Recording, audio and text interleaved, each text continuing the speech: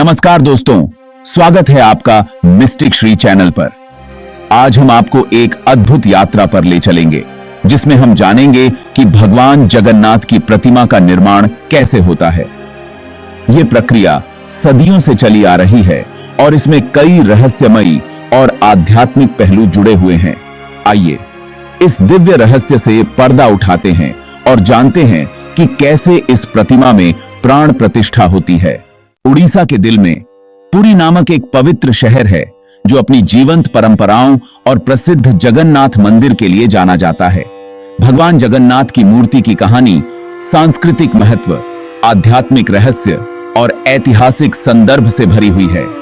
भगवान जगन्नाथ की मूर्ति को सही तरीके से समझने के लिए हमें इसके निर्माण की कथा में छिपे गहरे अर्थों को समझना होगा। कहानी की शुरुआत राजा इंद्रद्युम्न से होती है, जो अपने भक्ति और भगवान विष्णु के प्रति समर्पण के लिए जाने जाते थे। एक समय था जब राजा इंद्रद्युम्न भगवान विष्णु के दिव्य रूप को देखने की गहरी इच्छा रखते थे।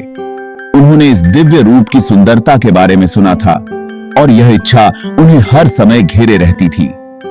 इसे पूरा करने के लिए उन्होंने उत्तरी पहाड़ों की कठिन यात्रा की, जहां उन्होंने ऋषि नारद से मिलने का निश्चय किया। ऋषि नारद से मिलने पर राजा ने अपनी इच्छा व्यक्त की। नारद ने उन्हें भगवान विष्णु के रूप में जगन्नाथ की मूर्ति के बारे में बताया, जिसे ध्रुव नामक विशेष लकड़ी से बनाया जाना था। यह लकड़ी पवित्र मानी जाती है और इसके विशेष गुण होते हैं। राजा इंद्रद्युम्न ने इस रहस्यमय लकड़ी की खोज के लिए अपने विश्वस्त मंत्रियों को भेजा। लंबी खोज के बाद उन्होंने एक विशाल प्राचीन पेड़ को खोज निकाला। जब मंत्री उस पेड़ को काटने लगे तो एक चमत्कारिक घटना घटी। पेड़ में कंपन होने लगा और चारों ओर दिव्य संगीत गूंजने लगा। यह पेड़ देवताओं का निवास माना गया और इसे काटने पर देवताओं का क्रोध भड़कने का खतरा था। इस क्षण की महत्ता को समझते हुए मंत्री राजा के पास लौटे और अपनी अनुभव साझा किया। राजा इंद्रद्युम्न ने भगवान से प्रार्थना की। अंततः एक दिव्य आवाज ने उन्हें निर्देश दिया कि वे प्रतीक्षा करें और मूर्ति स्वयं उनके पास आएगी। कुछ समय बाद राजा इंद्रद्युम्न के दरबार में एक रहस्यमय कारीगर प्रकट हुआ। इस रहस्यवादी व्यक्ति का नाम विश्वकर्मा था, जो दिव्य वास्तुकार माने जाते थे। उन्होंने मूर्ति बनाने की पेशकश की, लेकिन एक शर्त रखी। राजा को उन्हें एक ऐसी जगह उपलब्ध करानी थी जहां वे बिना किसी बाधा के काम कर सकें।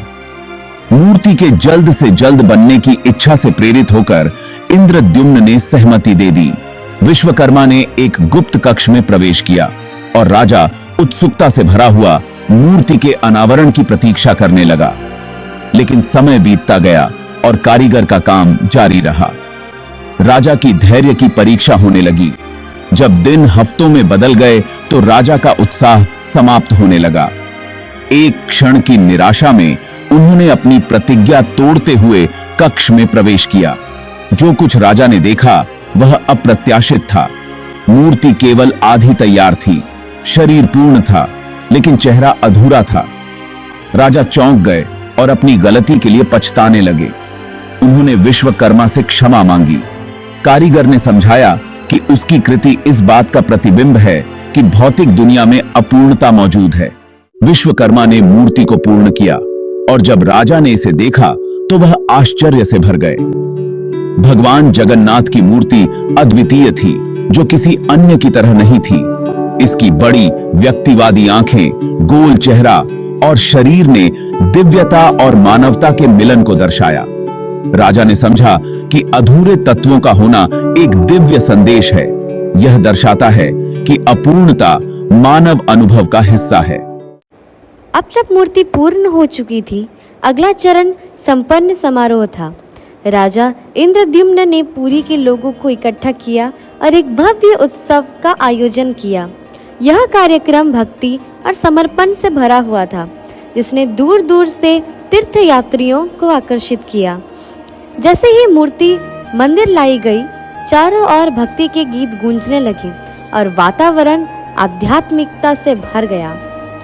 संपन्न के दौरान किए गए अनुष्ठान विस्तृत और भव्य थे।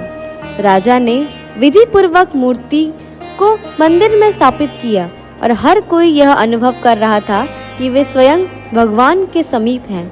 अनुष्ठान में प्रार्थनाएं, भजन और दीक्षा शामिल थी, जिससे सभी भक्तों में एक नई ऊर्जा का संचार हुआ।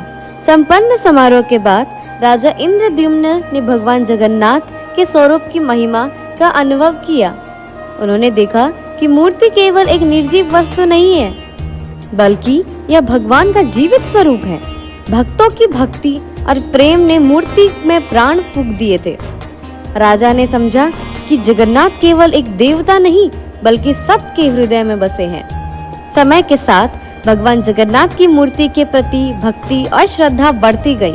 पुरी का जगन्नाथ मंदिर एक प्रमुख तीर्थ स्थल बन गया और यह 4 धामों में से एक भी है, जहां भक्त हर वर्ष रथ यात्रा के दौरान भगवान की शोभा देखने के लिए आते हैं।